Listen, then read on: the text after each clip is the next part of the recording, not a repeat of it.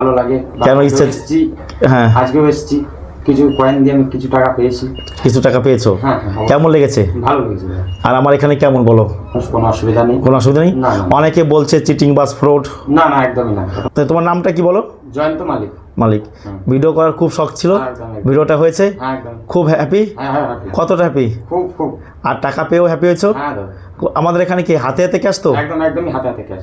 আর যারা আসতে চাইছে বহু দূর থেকে, বিভিন্ন জায়গা থেকে, কি বলবেন আপনি? অবশ্যই আসুক, তারাও আসুক, কোনো অসুবিধা নেই। মানে আমার কাছে আসতে বলছেন? অবশ্যই আসুক।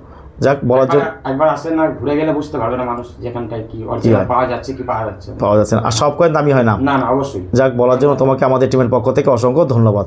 1 টাকার নোটের বান্ডিল দেখতে পাচ্ছেন, এরকম বান্ডিল কন্ডিশন খারাপ, নষ্ট হয়ে গেছে। এস ভেঙ্কটরমণের সিগনেচার এরকম বান্ডিল থাকলে আপনারা আমার কাছে নিয়ে আসবেন। কয়েন ও নোট সম্পর্কিত বাংলার একমাত্র ভরসাযোগ্য চ্যানেল আমাদের কাছে আপনারা হাতে হাতে ক্যাশ টাকা পেয়ে যাবেন।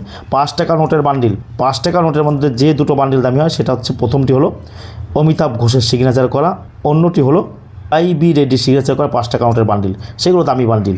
এইগুলো কীরকম? এগুলো 800 টাকা, 900 টাকা, 1000 টাকা বিক্রি হয়ে থাকে। এগুলো ট্রাক্টর আঁকা 5 টাকা নোটের কোন 5 piece, 7 piece, 10 piece, 20 piece, 50 piece, এরকম সিরিয়াল বাই সিরিয়াল হতে হবে। আপনারা ভিডিও দেখেছেন যে একজন ভদ্রলোক 1988 9টা মিনিটের একটা 50 পয়সা কয়েন দিয়ে আমার কাছ থেকে উনি 17,200 টাকা নিয়েছিল। আপনারা দেখেছেন। আমাদের ভিডিওগুলো কোনো প্রকার ফেক বা মিথ্যা নয়।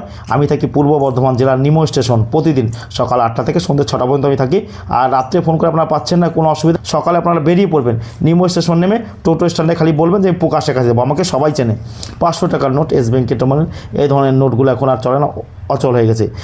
জাস্ট 6 কিংয়ের এই 1 টাকার কয়েনগুলো মধ্যে যেটা দামি হয় 1939 সালের 1 টাকার কয়েন, সেটা রেয়ার। এইগুলো 1940 বা 1942 নয়, 1939 সাল হতে হবে। সাল কয়েনের ক্ষেত্রে অত্যন্ত গুরুত্বপূর্ণ।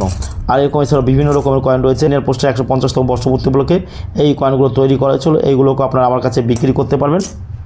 তাহলে 1950 সালে 1 টাকার কয়েন, এগুলো 150 টাকা, 200 টাকা, 250 টাকা প্রতি পিস বিক্রি হয় বিভিন্ন কন্ডিশন অনুযায়ী। আর এখন শুনুন, আপনার কাছ থেকে আমরা কয়েন কিনবো, কয়েন কিনে কিন্তু আমাকেও বিক্রি করতে হবে, সেটা কিন্তু আপনাকে খেয়াল রাখবেন। 50 টাকার এরকম নোট, এই যে আইজি প্যাটেল সিগনেচার করা, তারপর হচ্ছে এস ব্যাংকের রকমের এই ধরনের নোট কিন্তু কখনোই আপনি আমাদের কাছে বিক্রি করতে পারবেন না। দেখুন, 1 রুপি ইন্ডিয়া 1947 সালের 1 টাকার এই কয়েনগুলো দাম 40 টাকা, 50 টাকা প্রতি পিস বিক্রি হয়ে থাকে বিভিন্ন করে। আর এই যে একটা কয়েন আমরা দেখতে পাচ্ছি আমার হাতে রয়েছে, এটা 5 টাকার নর্মাল কয়েন। এরকম 5 টাকার নর্মাল কয়েন আপনারা আমার কাছে নিয়ে আসবেন, নিয়ে এসে দেখাবেন। আর উইলিয়ামের এই যে একটা কয়েন দেখতে পাচ্ছেন, 1 রুপি ইন্ডিয়া 1835। উইলিয়ামের যে কয়েনটা দামি সেটা হচ্ছে 1840, 1835 দামি নয়। আপনাদের কাছে যদি পুরনো কয়েন নোট থাকে আপনারা আমার কাছে নিয়ে চলে আসবেন। আর ভিডিওটি ভালো লাগলে অতি অবশ্যই আমাদের চ্যানেলটা সাবস্ক্রাইব করবেন, কারণ আমাদের চ্যানেলের মাধ্যমে আপনি বিভিন্ন কয়েন ও নোট সম্পর্কে জানতে পারবেন। ধন্যবাদ।